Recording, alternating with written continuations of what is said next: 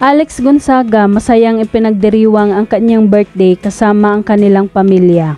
Maliban sa mga Gonzaga family, dumalo din sa naturang okasyon ang pamilya ng asawa ni Alex Gonzaga na ang family Murada. Masayang nagkakatipon-tipon ang lahat. At bida din sa kanyang birthday na nakikiblo ng kanyang candle ang mga pamangkin nito na anak ni Tony Gonzaga at Derek Paul Soriano na sina Sebi at Polly at ang dalawa ding pamangkin ni Mikey Murada.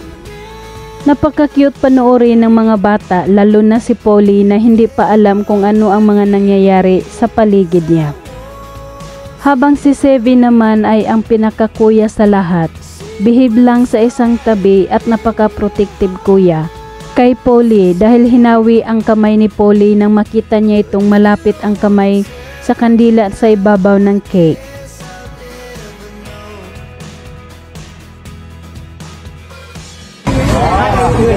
Lena, sing happy birthday. Okay? Happy birthday.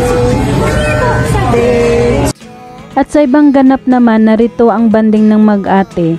Bago umpisahan ang kanilang Happy Cup live selling, sumayaw muna ang dalawa. At pati si Polly, Kuya Sevi at Daddy Bonoy, Mami Pinty ang nandyan din behind the scene ng kanilang live selling. At makikitang inaayos pa ni Alex Gonzaga ang kanilang ring light.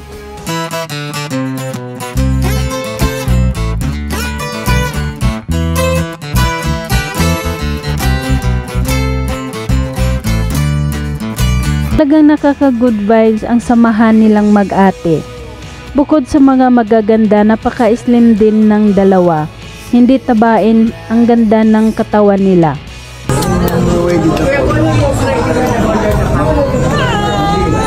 You love Dada?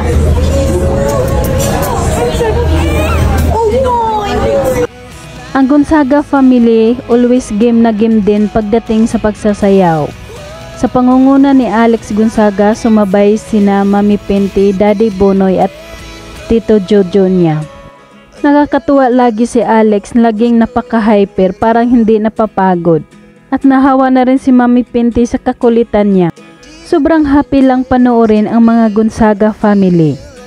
At lalo na sa isang family banding ganap nila sa isang mall, sumali na rin sina Tony Gonzaga at Derek Paul Soriano sa pag-ikot na sumasayaw.